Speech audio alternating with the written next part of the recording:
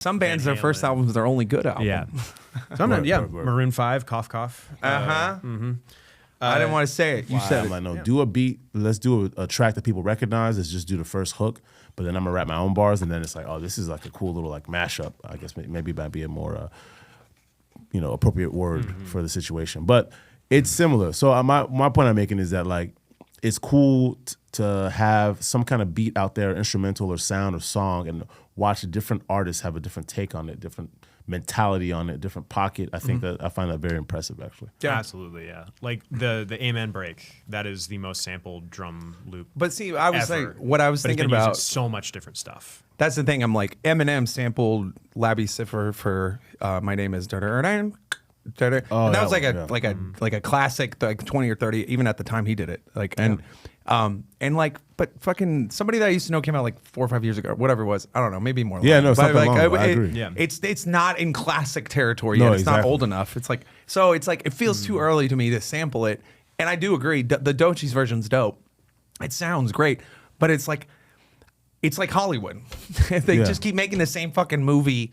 I agree. Yeah. Over and over again. But the thing is, I agree in terms of the timeline. I will say I disagree. I don't think that's a sample. I think it's just she's using the same beat, but it's a different song. See, and that's where I would disagree, because to me, it's like if you're using the song, I mean, because the backbone is always still, I'm hearing the backbone and it's always the same still to me. Like, but I also get what you're saying, because I do think it doesn't even sound like the same song. It sounds like a totally different song. That's where I'm different. Like when that song comes on and it gets to the vocals, I'm like it kind of just makes me mad. I don't. Yeah.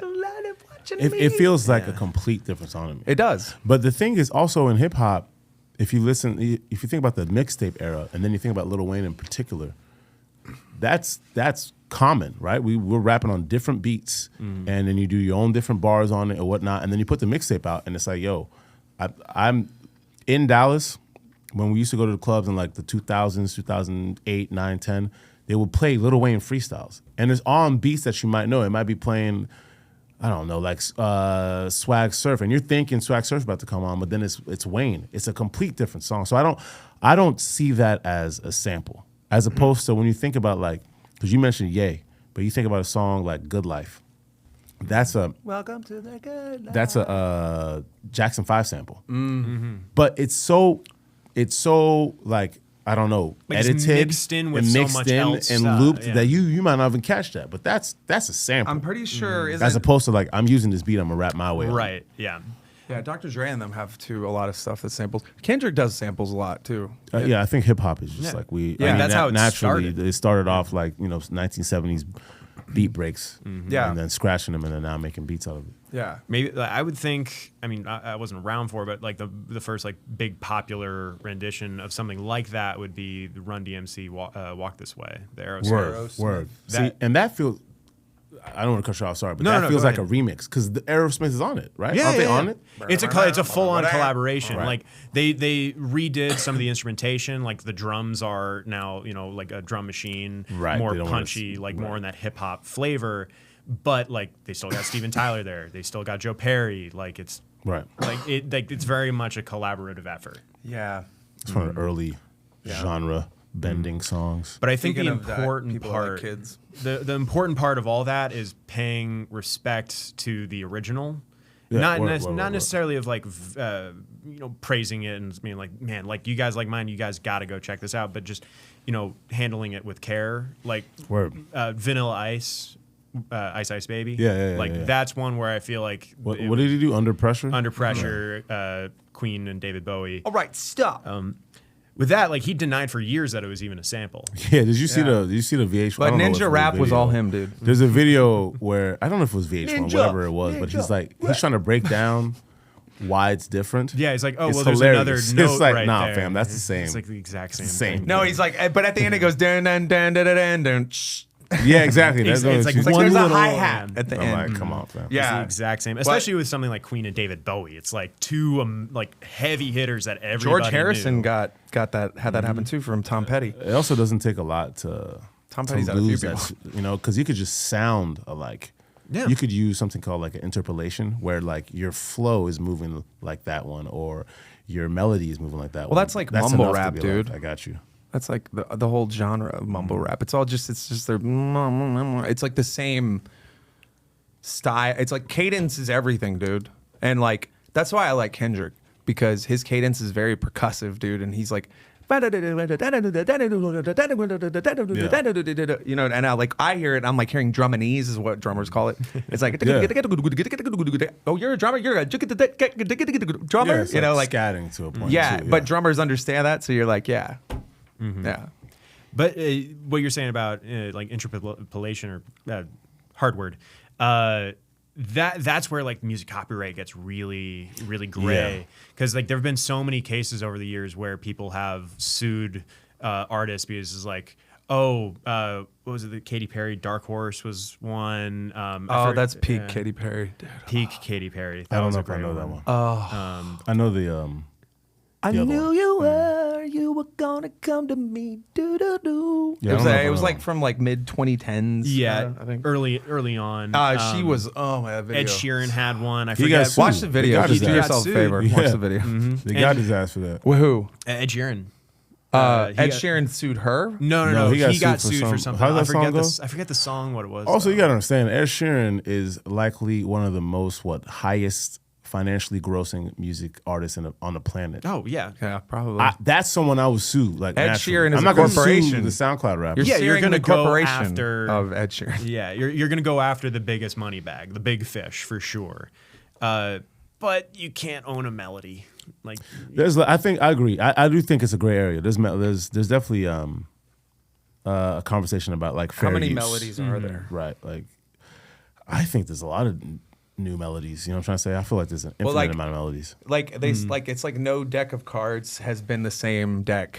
Like you could have it's like astronomical. it's an astronomical amount, but it's also not infinite. It's not. You're yeah. right. It isn't infinite. You're right. Like there's that whole thing where it's, you know, if you put a million monkeys in a room with a million typewriters, they'll type out Shakespeare eventually. Like we're just Well, see, that might as well be infinite. that exactly, yes. So I do think there might be an infinite amount of melodies. Specifically in how they're presented and portrayed. Yeah. Like the instrumentation plays a huge factor in that. The time is produced is huge. Yeah. Like Also, every melody, you can make a melody off every melody. So Yeah, the way yeah. a lot like of a my music fractal. works is that like I hear the melody and I make a different melody on top of that one that might merge well with that melody. You It's know like what I'm saying? derivative, So, but it's yeah. like it's like yeah. the opposite. Because I used to hate when rappers. I used to hate when rappers would do this thing where like, if the melody was like matter of fact, it's a Jay-Z song, but the "It's a Hard Knock Life for Us," and then the rapper would sing da da da da da da da, but have different words.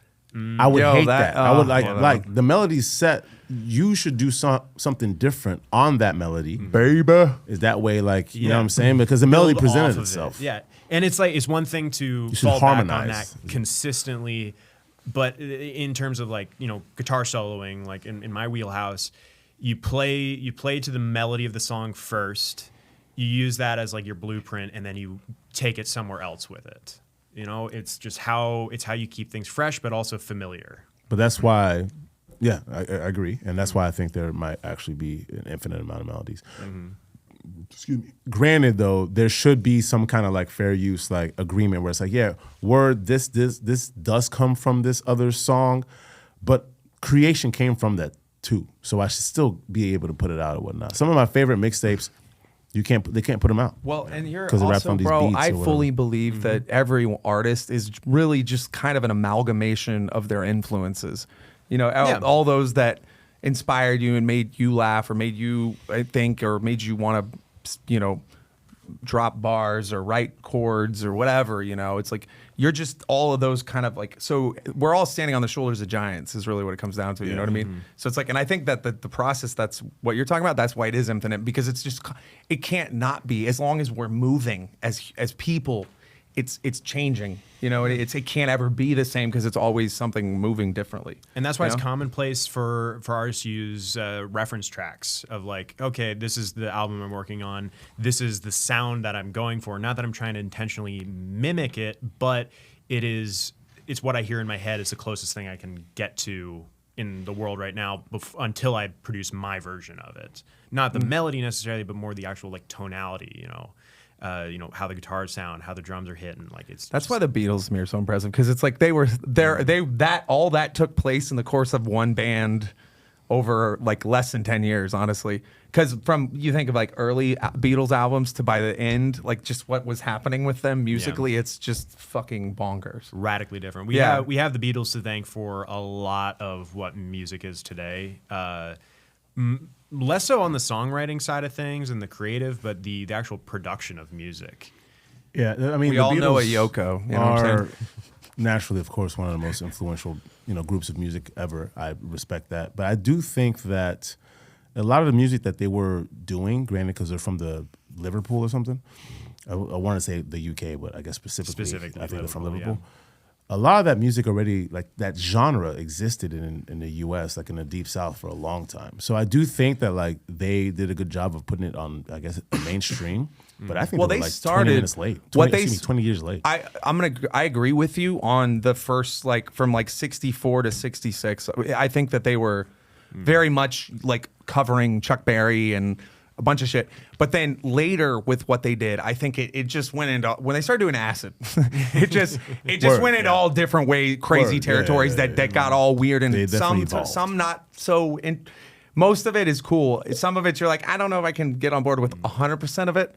But like, I don't think any artist I would feel that way about. But it's like, it totally changes where there are very few albums that I can think of from bands, like their first albums or debuts, that are entirely original, that I can point to and be like, that is entirely, Guns N' Roses. That's entirely. Some bands, their first albums, their only good album. Yeah. Maroon 5, Cough Cough. I didn't want to say it. You said it. Yeah.